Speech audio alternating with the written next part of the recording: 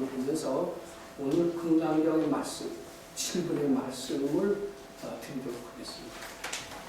그런데 이게 제 강의실이 자주 변경되는 것처럼 강의 일정도 주의 판정에 따라서 또 이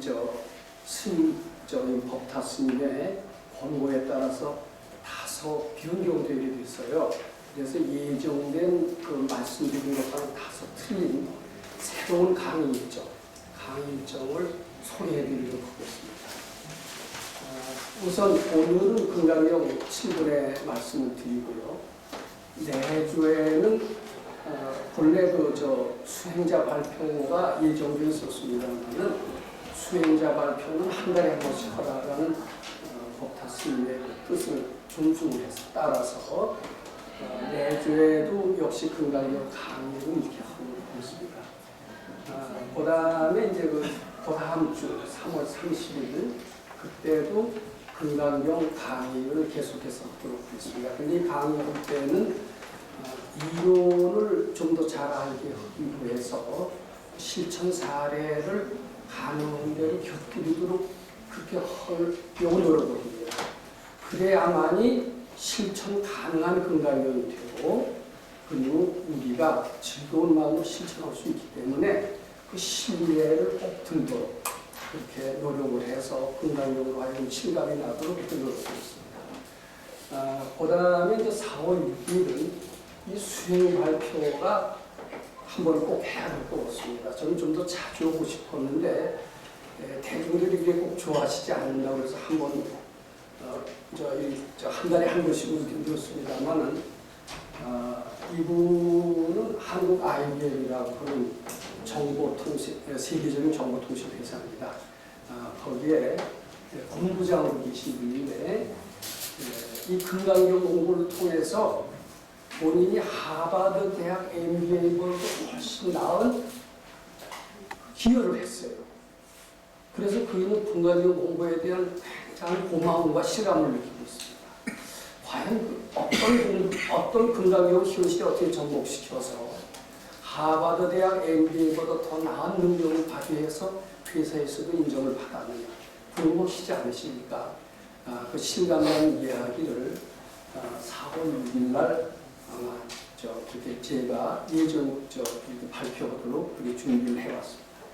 그 다음에 4월 13일은 이제 수행 발표가 끝났기 때문에 그 다음에 이제 금강경 10분에 대한 강의의 말씀을 드리고요.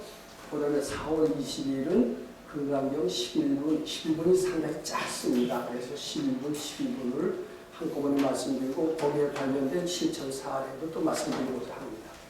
그 다음에 4월 27일은 금강경 13분, 다소 깁니다만은 여기에 대한 강의 및 실천 사례를 한번 들어서 저는 가능한 대로 금강경에 취미를 붙이시고 즐거운 마음을 내시고 실천을 하시고 나아가서는 포기하실 마음이 되시도록 원을 세우면서 말씀을 해보도록 그렇게 원을 세우고 있습니다. 그 다음에 이제 5월 4일을 월요일인데 휴강으로 했어요. 근데 왜 휴강을 했느냐 하면은 5월 3일이 일요일입니다. 그리고 5월 5일이 어린이날인데 말하자면 5월 4일은 샌드위치 데이고 이날 강사를 모시기가 아주 어렵더라고요. 그리고 여기 계신 분들도 어디 또 밖에 나가기 아주 좋은 때 아니겠습니까? 그래서 저도 좀 쉬고 싶고요. 그래서 5월 4일은 휴강으로 그렇게 정했습니다. 그 다음에 5월 10일은 이제 한 달에 한 번씩 있는 수행 발표입니다. 여기 있는 한국 IBM 기획실장 신창호 씨나 여기 광주 SBC에 있는 분들은 다 바른법연구원에서 단연간 공부했던 분입니다. 근데 공부했으면서 상당히 현직에 있으면서 다 공부를 했으면서 실감나는 금강경 아주 체험을 했어요. 이제 소위 불교 체험이라고 하면 기적을 봤다, 부처님 가르침을 입었다, 대개 이런 건데 우리는 그런 것도 있습니다만은 실제로 가정이나 사회에서 과연 금강경이 통하느냐, 잘 통한다 이런 실천 사례입니다. 유능한 사람도 될 수 있다 이런 실천 사례입니다. 그런 실천 사례는 맞습니다. 물론 병이나 가난을 면하고 이런 것도 좋죠. 그런 것도 가능합니다만은 우리가 좀 더 유능하고 영호하고 모골이 될 수 있는 가르침이 금강경에 있다면 그것이 더 소중한 실천 사례라고 생각을 해서 5월 11일 날은 좀 먼데 광주에서 올라온 분이 있습니다. SBS 보도국 이제 김효수 부장이 와서 여러 가지 어려움이 있었어요. 거기는 뭐 기독교도 있고 불교에서도 수행은 안 해본 수행이 없을 정도로 별거 다 해본 분인데 금강경을 만나서 새롭게 발심을 했던 그 이야기를 한번 들어보시면 어떨까 싶습니다. 어떻게 보면 제가 같은 말씀드리는 강의보다도 훨씬 더 실감나고 신신나게 하는 그런 강의가 될 수 있다고 저는 생각합니다. 그 다음에 5월 18일은 금강경 14번인데 14번이 상당히 길기 때문에 14번의 첫 번째 시간이 될 것 같습니다. 그 다음에 5월 25일은 석가탄신일로서 월요일입니다. 그래서 이 날을 그냥 휴강을 하기로 그렇게 예정을 하고 있습니다. 이것이 대략 3월부터 5월까지 강의 일정표고 이제 강의실이 바뀌듯이 일정표도 너무 바뀌는 거 아니냐. 근데 앞으로도 강의실이 안 바뀌길 바라고요. 아마 일정표도 안 바뀔 거라고 생각을 합니다. 자, 그러면은 오늘 말씀드린 금강경 7번의 내용을 지금부터 해설해 보도록 그렇게 하겠습니다. 근데 이 금강경 7번을 말씀드리기 전에 지난 것을 간단히 복습 겸 해서 부처님께 바치는 것이 무슨 뜻이 있느냐 이 이야기를 잠깐 좀 해보고자 합니다. 무슨 생각이든지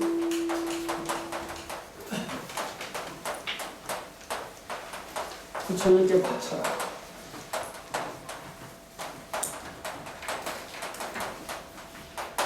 제 이야기를 이 강의실에서 가장 많이 듣는 이야기입니다. 그래서 제 이야기가 이제 많이 귀에 익숙하신 거고 심지어는 마가 스님께서도 여기 와서 가끔 아마 그분은 이런 이야기를 아마 처음 들으셨을 걸로 압니다만 여러분 답답하실 때 여기 법사가 뭐라고 그랬습니까? 그 마음을 바치라고 하지 않았습니까? 하면서 이 바치라는 이 말씀을 인용하시는 것을 제가 몇 번 들었습니다. 그런 정도로 제가 바치라는 이야기를 많이 했습니다.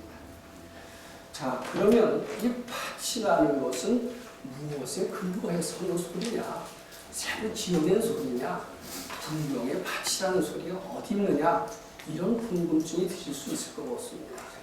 그런데 이 바치라는 것은 분명히 부처님이 하신 말씀이고 근거가 있어요. 그것이 어디서 나오느냐 하면 금강경 제3분에 뭐라고 했습니까?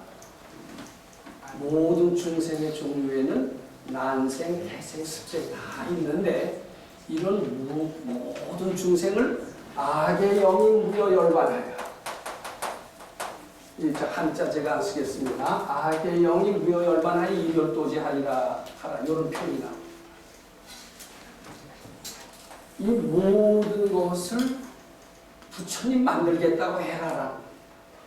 이 중생을 부처님 만들겠다고 해라. 근데 중생은 어떻게 부처님 만듭니까? 중생의 입장으로서 중생을 부처님 만든다는 것은 불가능하죠.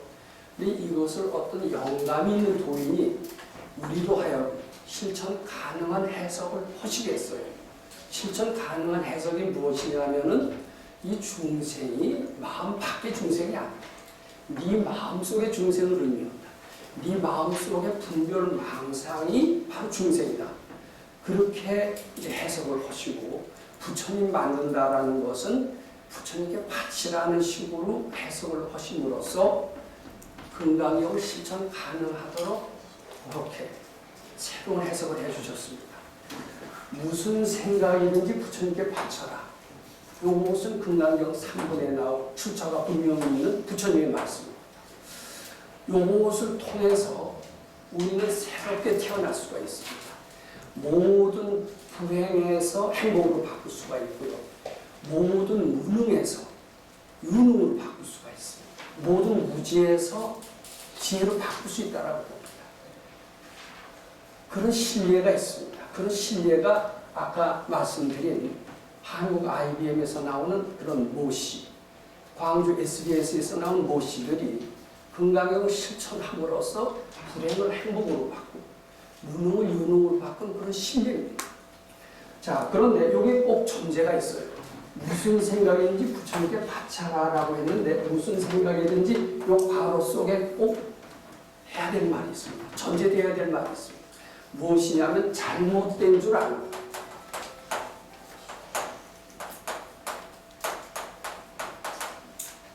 우리 아는 사람들은 자기 생각이 꼭 옳다라고 믿고 있습니다.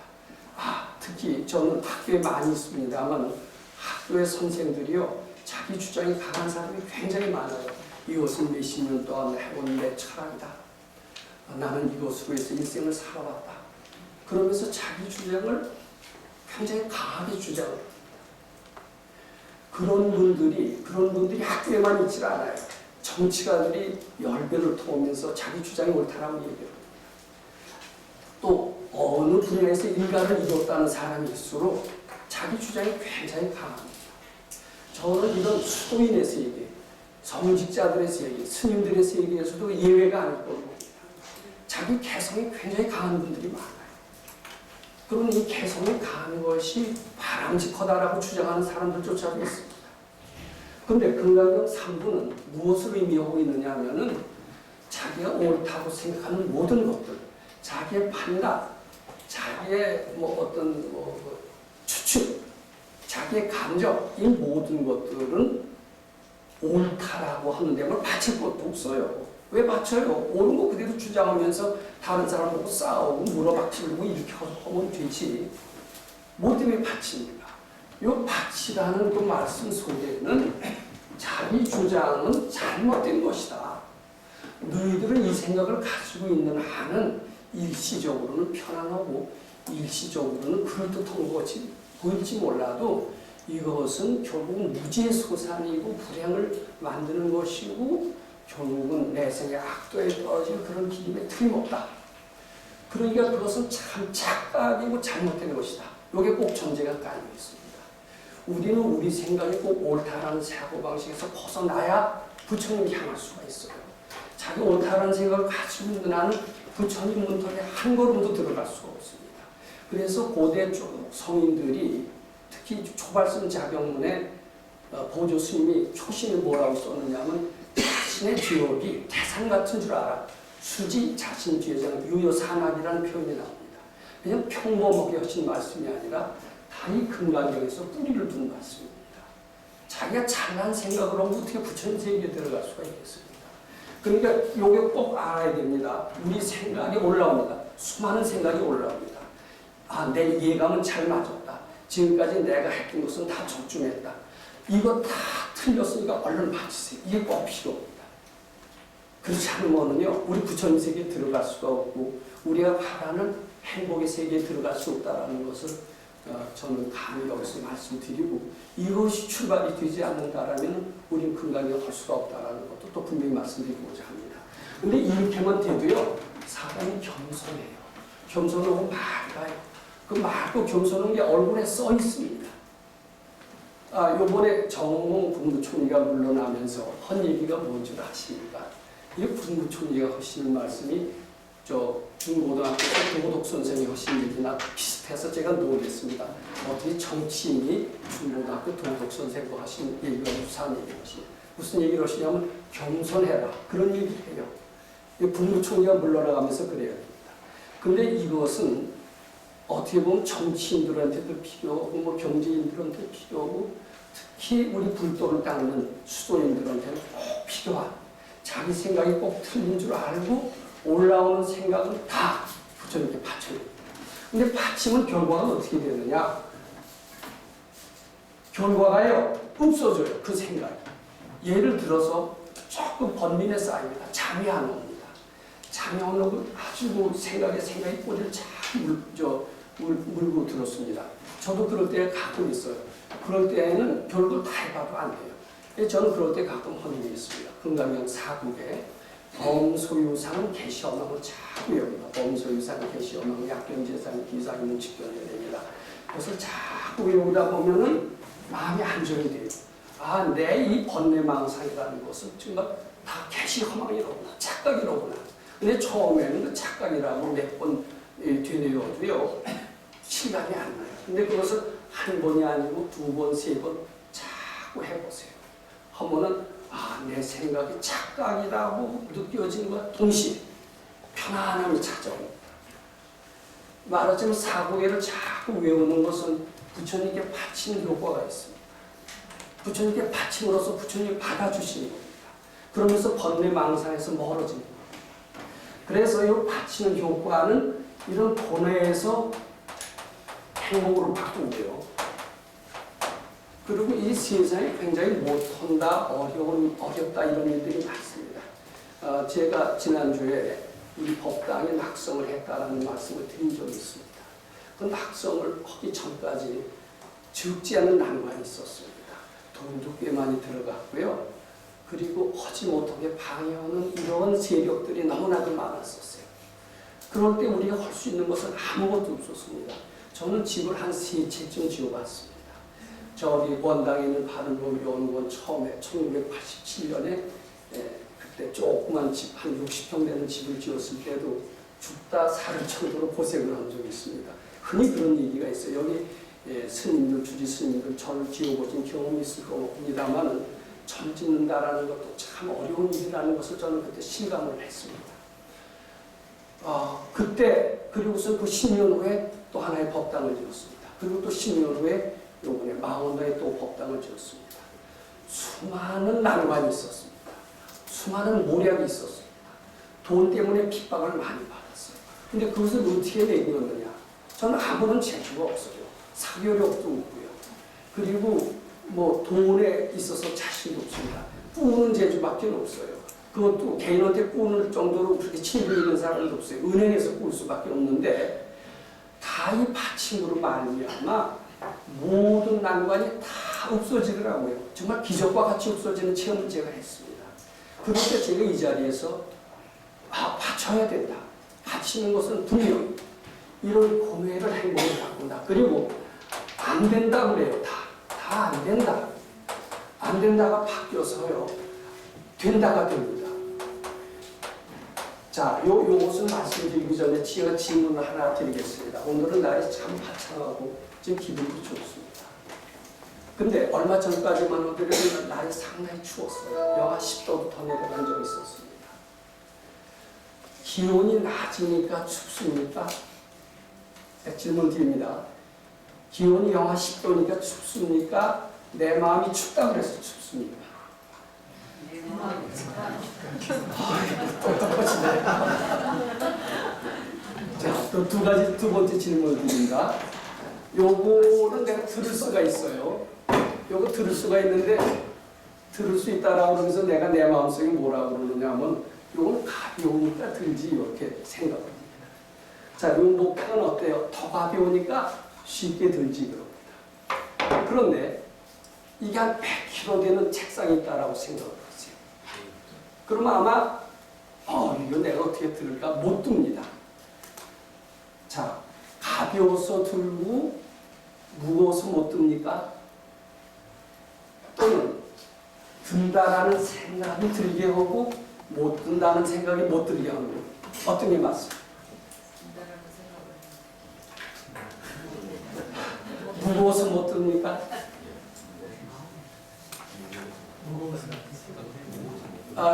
저는 이제 과학을 한 사람입니다. 자연과학을 했어요. 고등학교 때부터 자연과학을 좋아했고, 대학도 이제 이과를 갔고요. 대학원에서도 순수 자연과학을 했습니다. 자연과학자들은 한결같이 어떻게 보면 유물사관입니다. 자연의 법칙을 그대로 믿어요. 그리고 그게 있다라고 믿습니다. 그리고 이거 100kg다. 100kg는 들 수 없는 것이다. 이런 판단을 해요. 그런데 그러고선 자연과학이 쭉 발전을 해왔어요. 근데요, 이제 먼저 그 대답을 하셨지만 무거워서 못 드는 게 아니에요. 내가 못 든다는 생각이 못 듭니다. 그리고 요 가벼워서 드는 게 아닙니다. 가볍다고 생각해서 내가 든다라고 하니까 드는 거예요. 그걸 알아야 됩니다. 근데 실제로 제가 그런 실례를 들었어요. 무거운데 그럼 무겁다라는 생각을 바치기만 하면 들 수 있느냐? 테스트를 해본 적이 있습니다. 백 박사님 제자가 테스트를 해봤어요. 정미소에서. 테스트를 했어요. 왜냐하면 정미소 사장이 되려면은 그 장돌리기 같은 사람들을 다루려면은 무거운 것도 막 들어야 다룰 수 있다라고 생각합니다. 그래서 저 무거운 것을 과연 들 수 있겠습니까? 하고 물었습니다. 그랬더니 못 든다는 생각이 없으면 들지. 못 든다는 생각을 부처님께 바친다라면은 못 든다는 그 생각이 없어집니다. 자꾸 바치는 결과 없어져요. 그래서 근간경에 실무중생이 등력도자로 나왔습니다. 실무중생이 등력도자는 그 생각이 본래 없음을 안다는 뜻입니다. 그래서 무겁다는 생각이 없어지면서 들 수 있는 자신감이 또 동시에 생깁니다. 그래서 그 자신감을 갖고 한번 싹 들어본 거예요. 그랬더니 들리거든요. 그래서 그이가 깨친 게 뭐냐면은 다 생각이 실제로 있는 것처럼 만들지 진짜 무거운 것도 없는 것이다. 실제로 가벼운 것이 없는 것이다. 이렇게 이해하게 된 겁니다. 마찬가지로요. 우리는 이 세상에 인간이 할 수 있는 것은 거의 없다.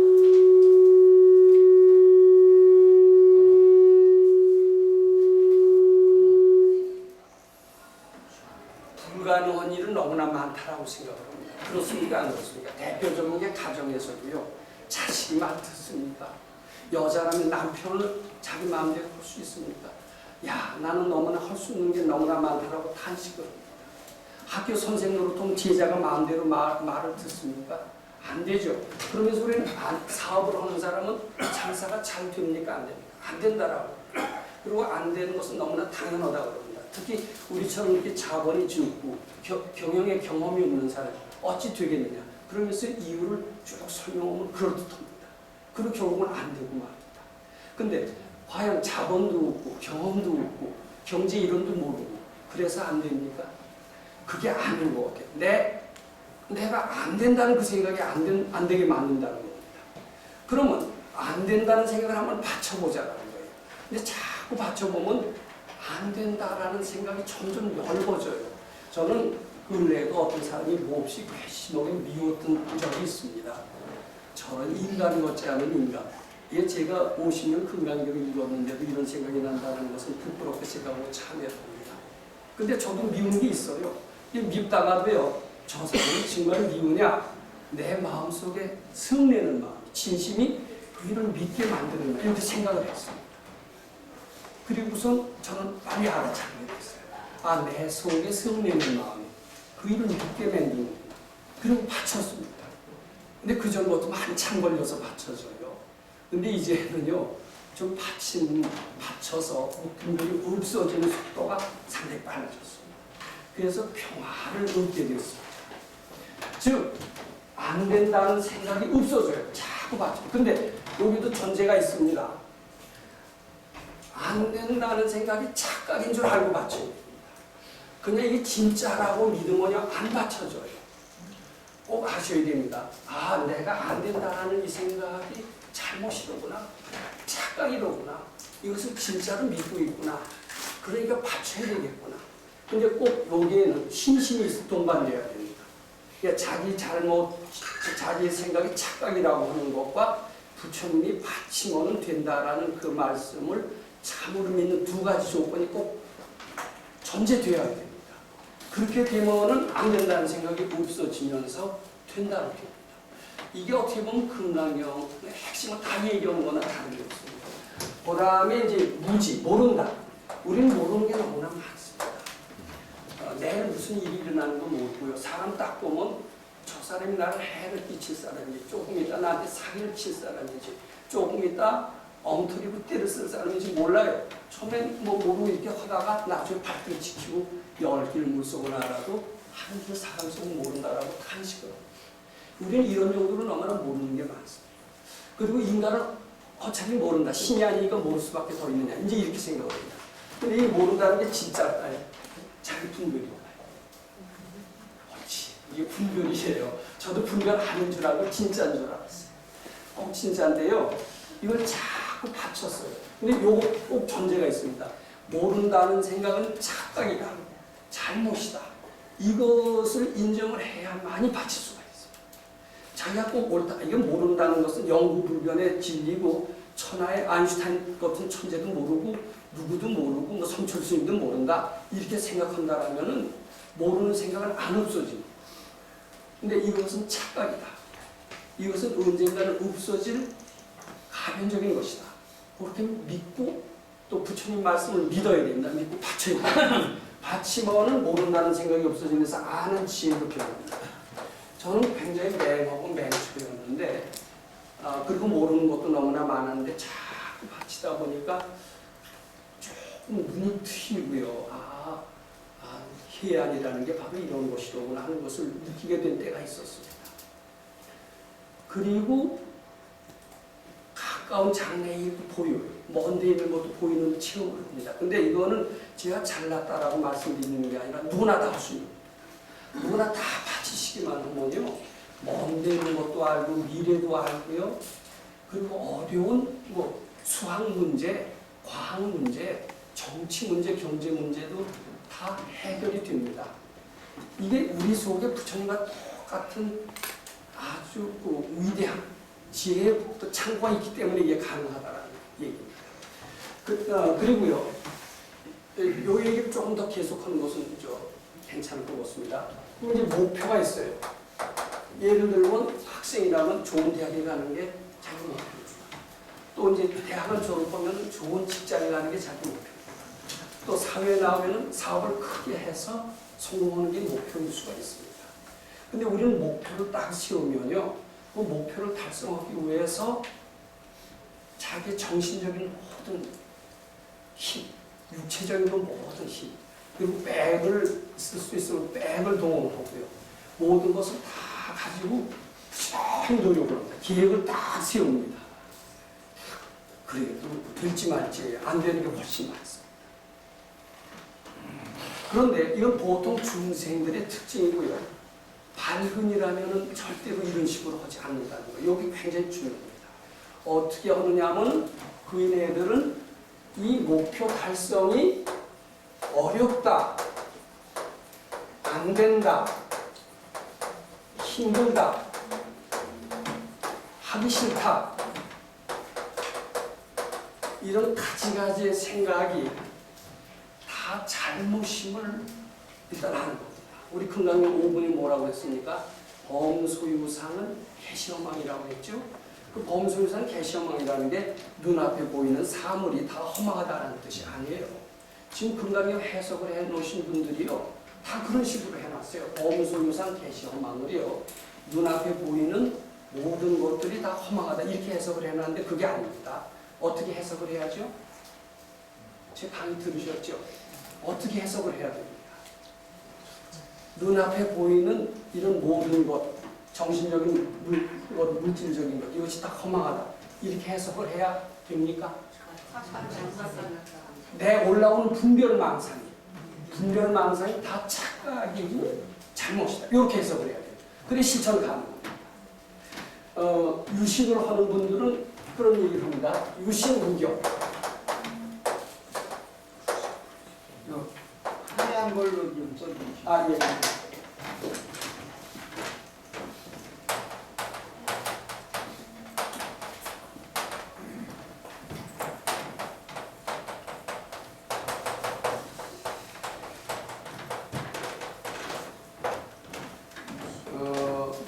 오직 마음뿐이라는 이야기입니다. 마음뿐이고 마음 밖에 어떤 사물의 경계는 없다라는 것이 유식의 핵심입니다. 어떻게 보면 부처님 가르침의 핵심입니다.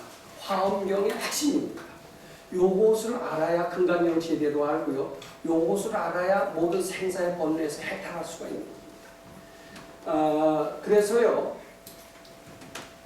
무슨 일을 할 때 자기 육체적인 힘, 정신적인 거 다 동원하고요. 빽 동원하고요.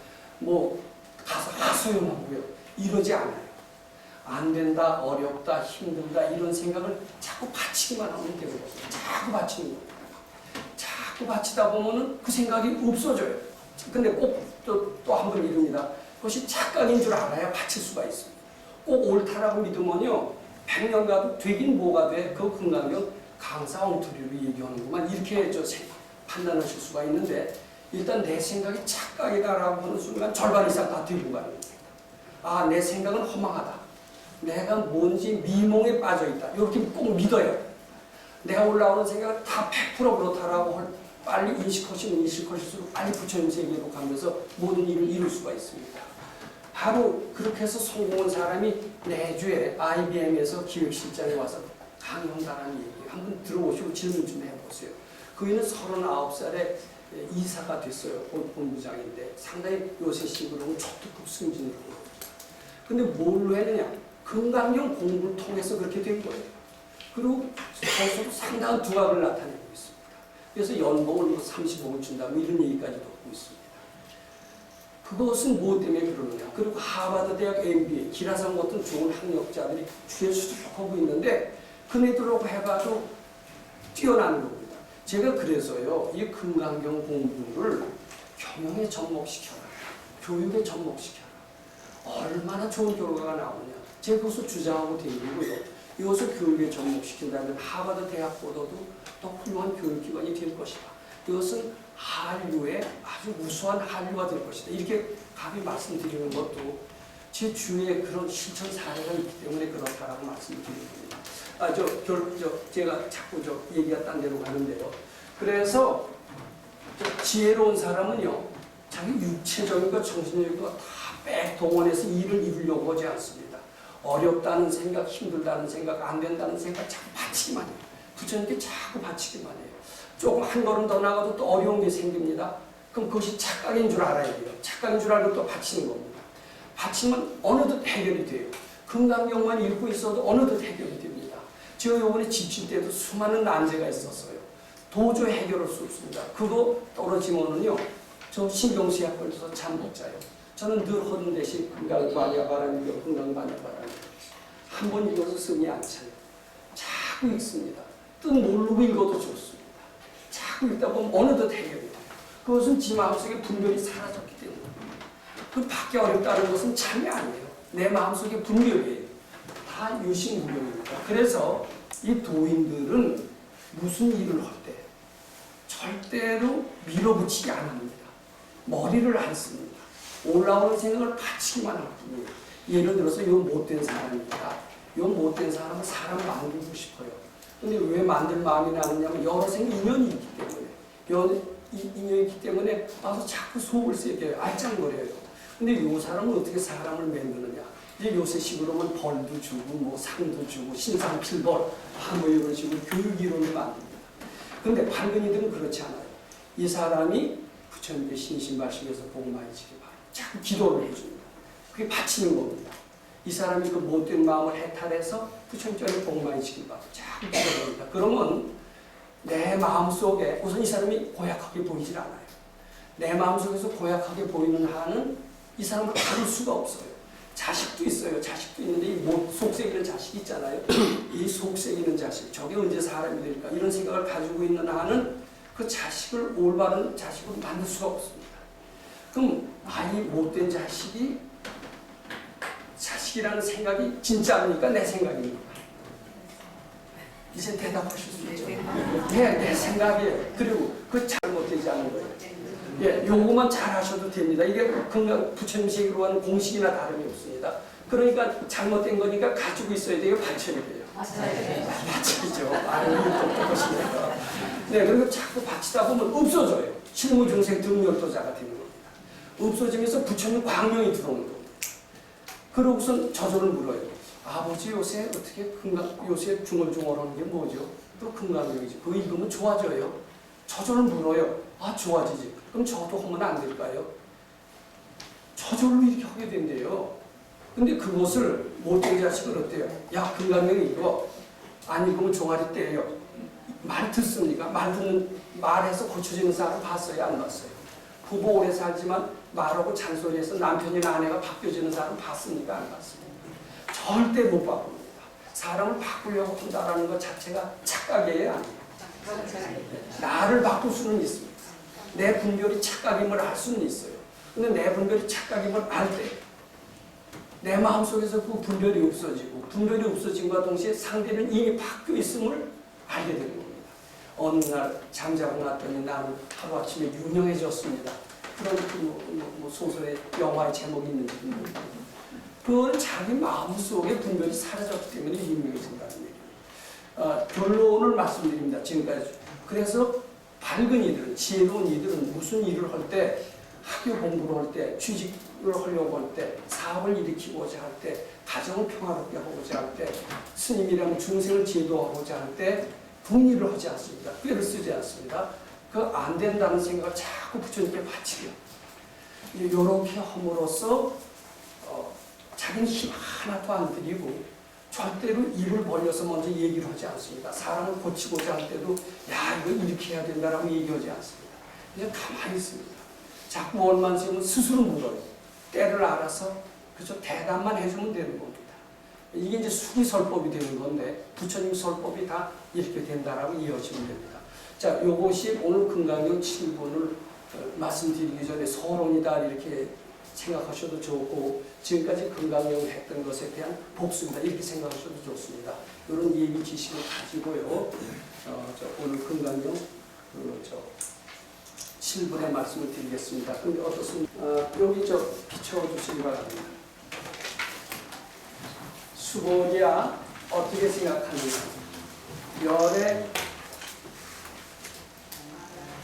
열의 득인데요. 요거 참 썼습니다.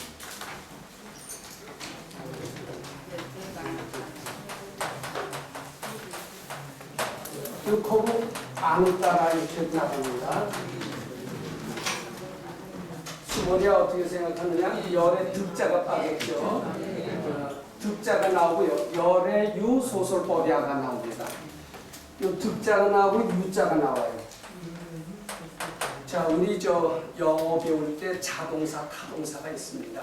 내가 무엇을 얻었다. 얻었다는 목적어가 있기 때문에 타동사로 배웠죠. 바로 요 득 다음에 열에 옆에 부처님이 있어요. 부처님이 안을 따라 삼약사물이라고 하는 목적어를 얻었느냐라는 얘기입니다. 근데 이 목적어가 되려면 이것이 어떤 실체가 있어야 됩니다. 그리고 이 소설법부와 이야기할 바가 있느냐. 요것도 어떤 대상이 됩니다. 이 대상이 되려면 실체가 있어야 됩니다. 그런데 안업 따라 삼약사머리를 흔히 해석하기를 어떻게 해석합니까? 무상정등 정각으로 해석합니다. 최고의 지혜로 해석합니다. 부처님이 최고의 지혜를 얻었느냐 이런 뜻입니다. 우리가 언뜻 생각하기에는 최고의 지혜 어떤 형상이 있을 것 같아요. 최고의 비법이냐? 비법 어떤 비법을 채택하는 겁니다. 비법이 아니냐 이런 생각을 할 수가 있습니다. 또 위대한 진리가 아니냐 이런 생각을 할 수가 있습니다. 그런데 자, 이 안을 따라 삼약삼보리는요, 우리 의상대사 법성대를 아마 대충 많이 들어서 아실 겁니다. 법성원용 무의상 제동동 본래죠. 그 다음에 무명무상 절일체. 그러니까 밝은 부처님의 세계에는 이름도 없고요. 무명, 무상, 형상도 없어요. 어떤 이름을 붙일 수가 없습니다. 절일체. 마찬가지로 안을 따라 삼약삼보리는 부처님 최고의 지혜라고는 하지만은 이것은 의상대사 법성계나 마찬가지로 이름을 지을 수도 없고 형상도 없고 어떤 것으로서도 이름을 붙일 수 없는 것이다. 그렇게 해석해도 됩니다. 그것은 뭐라고 할까요? 그것을 도인은 이렇게 하는 것 같아요. 밝음이라고 해석하는 것 같아요. 이 밝음은요, 형상이 없어요. 그래서 밝은 것은 있습니다. 분명히 밝습니다. 어둡지 않아요. 그렇지만 뭐라고 이름 지을 수가 없어요. 형상도 없어요.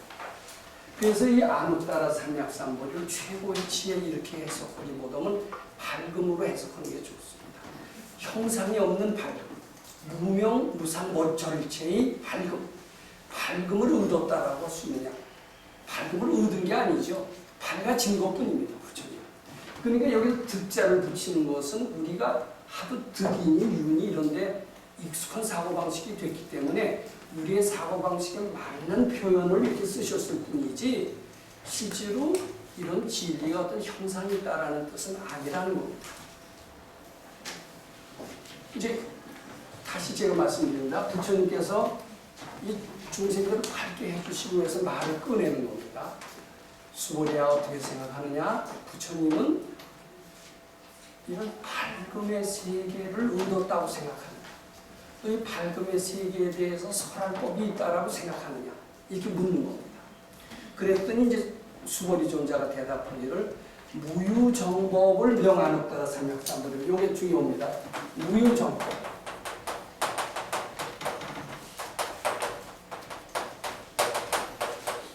그 밝음이라는 것은 밝게 한다라는 것, 또 밝음이라는 것은 형상이 없고 이름도 없고 정해진 것도 없다라는 겁니다. 또 정해진 것이 없어야 부처님이 설법할 수가 있다라고 그렇게 얘기하는 겁니다. 영무유정법을 열에 가서 그렇게 무엇든 수보리가 여하해불소소로 이루는 무유정법을 명하는 따라 삼약삼보리고 영무유정법을 열에 가서니 이렇게 했어요. 자, 요게 굉장히 중요한 키포인트입니다. 사람을 밝게 하고 싶으셨을 거예요. 아마 부처님께서 딱 깨치고 보니까 본래 당신 속에 위대한 부처의 세계가 있다는 것을 발견하고 당신만 그런 게 아니라 모든 중생들을 보니까 중생들 마음속에도 똑같은 부처님 세계 그대로 다 가지고 있는데 그걸 모르는 거예요. 그러니까 안타까워서 이네들 속에 이렇게 무한한 보배가 있는데 왜 그것을 보배인 줄도 모르고 잘못 쓰고 있을까? 이것을 제대로 쓰게 해줘야 되겠다. 이제 이렇게 생각을 하시는 겁니다. 이 사람은 이런 보배를 가지고 있으면서도 참 그 가지고 있는지 모르는 껌껌함이 있는 겁니다. 껌껌하기 때문에 보배가 있어도 안 보이는 겁니다. 근데 밝게만 하면은 볼 수 있다는 것을 압니다. 그러니까 이 사람들을 어떻게 하면은 밝게 해줄까? 이게 부처님의 아마 관심사였을 겁니다. 물론 부처님이 저희처럼 그런 생각을 하지 않겠죠. 부처님의 경계를 저희가 감히 추측할 수가 없겠습니다만 제가 이해를 돕도록 금강경 7분의 이해를 돕도록 부처님의 마음에 한번 슬쩍 되보고 부처님은 이렇게 얘기를 하셔서 이해를 하도록 도와주실 것이다. 이렇게 부처님의 마음이 잠깐 돼서 말씀드리는 겁니다. 부처님은 이 중생들이 눈만 뜨면 그대로 자기가 왕자인 줄 아는데 눈을 감고 깜깜하니까 왕자인 줄도 모르고 자기 뭐하는 법인 줄도 모르는 겁니다. 이거 부처님이 하신 일은 밝게만 해주게 되는 거예요. 근데 그 밝게 하는 데는 정해진 법이 없다는 거예요. 정해진 법이 없고 또 사람에 따라서 다 다르게 얘기할 수밖에 없다라는 이야기입니다. 이것이 무유정법을 명안옥 따라 삼약삼보리며 영무유정법 열에 가설되는 겁니다. 그러면서 왜 정해진 법이 없느냐? 정해진 법이 있습니다. 우리는 그렇게 생각을 합니다. 엊그제도 제가 불교신문을 보니까 종종 진제 스님께서 해제법회를 하셨어요. 해제법에 무슨 얘기를 하셨냐면 이제 해제를 하더라도 이 가나선의 화두를 잊지 마시고 계속 화두를 참고해 나가십시오. 그래서 드디어 깨칠 때까지 해제라고 해서 쉬시지 말고 하십시오. 이제 그거를 쭉 읽으면은요, 진제 스님은 가나선법만이 밝아진 법이다 이렇게 생각하게끔 그렇게 합니다. 근데 진제 스님뿐만 아니라 조계종의 모든 스님, 이제 손담 스님 같은 분도 그렇고요, 자나깨나 가나선 하라고 해요. 화장실에 가도 가나선 화두를 놓치지 말고. 그 얘기를 들으면 가나선만이 만능이에요. 가나선만이 밝아지는 법이에요. 가나선만으로 해야 된다는 거예요. 가나선에서 견성법을 만나는 것은 무한한 영광이다라고 얘기를 해요. 그러면은 우리가 그 얘기 자꾸 듣고 굉장히 귀에 익숙해져 있습니다. 밝아지는 법 이코는 바로 가나선 법이로구나, 견성법이로구나 이런 생각을 하게 됩니다. 그런데 여기 금강경에 뭐라고 했습니까? 밝아지는 데는 정해져 있지 않다. 무유정법을 명안옥 따라 삼약삼. 영무유정법을 열에 가서리. 이렇게 하면서 우리가 생각하는 가나선만이 다다, 견성법만이 다다라는 이런 사고방식에서 벗어나는 것이다. 그럼 부처님이시라면은 오늘 이 시대에 오셔서 어떻게 얘기를 하실까? 가나선법으로 어떻게 보면 획일적으로 지도를 하실까? 사람마다 다르게 하실까? 이 생각을 하게 하는 겁니다. 저는 사람마다 다르게 하실 것으로 알고 그것이 부처님만의 특성이고 수기설법이라고 하는 거고 수기설법이 또 도인의 특성이기도 하다. 또 반대로 획일적으로 하나만 얘기를 한다면은 이것은 도인의 특성이 아니다. 이렇게 말씀드리고 싶습니다. 자, 8가지 양길이 뭐냐? 이 얘기 끝에 한 가지 예를 제가 좀 들고요. 좀 휴식으로 들어가도록 하겠습니다. 그 유명한 그 황희정승과 그 종묘의 얘기들이 있습니다. 그 한 종이 왔어요. 황이라고 하는 조선시대, 아마 고려시대 때부터 그 사람은 조금 벼슬 길에 올랐던 사람인데 조선시대에서 정성 오래 들고 있습니다. 상당히 우리로 치면 지혜로운 사람이고요. 제가 보기에는 아주 부처님 세계에 다 들어가는 그런 분이 아닐까 이런 생각도 해봅니다. 근데 한 종이 왔어요. 막 하소연을 해요. 옆에 있는 그 종면이 저를 괴롭히고 뭐 막 무시하고 그냥 말도 거친 말을 쓰고 심지어는 폭력도 행하고 이게 참 답답하고 안 좋습니다. 그 어떻게 그 바로 잡아야 되지 않겠습니까? 어떻게 힘을 빌려서 저 못된 정면을 좀 물리치시고 이거 바로 잡아 주십시오. 이제 그리고 하소연을 합니다. 하소연을 하니까 이제 보통 사람 같으면 그래 네가 옳고 제가 틀렸다면 이렇게 이제 얘기를 하든가 여러 가지가 있겠죠. 근데 황희정승이 그럽니다. 네 말이 옳다. 그러니까 그 비난을 당했던 그 종은 화가 나는 거예요. 나를 요구를 하는데 그것을 네 말이 옳다라고 얘기하니까 그 종의 편을 드는 걸 보면 나를 숭보는 것처럼 되니까 그 종은 또 황희정승한테 가서 막 비난하는 거예요. 저 종이 나를 숭봤지만 사실은 잘못은 저 사람한테 있습니다. 그러면서 막 비난을 하고 제가 옳습니다라고 막 얘기하는 거예요. 그러니까 그 얘기를 듣고 있다. 네 말이 옳다. 근데 요거 저 생각해 보세요. 그러니까 옆에 있던 부인이요. A라는 종이 와서 얘기하면 옳다고 그러고 그와 반대되는 주장을 피는 B라는 종이 와서 주장을 피는 그것도 옳다고 그러는 게 줏대가 없잖아요. 당신은 이렇게 줏대가 없어. 옥석이 분명해야지. 예스 노가 분명해야지. 요새 사람은 화끈해야지. 화끈해야 됩니까? 요새 화끈한 거 좋아하는 사람이 너무나 많습니다. 저는 화끈한 거 좋지 않다라고 봅니다. 황희정승이 좀 많다고. 이제 그러면서 당신 왜 이렇게 줏대가 없어? 이 얘기를 합니다. 그랬더니 당신 말이 올 수 있다.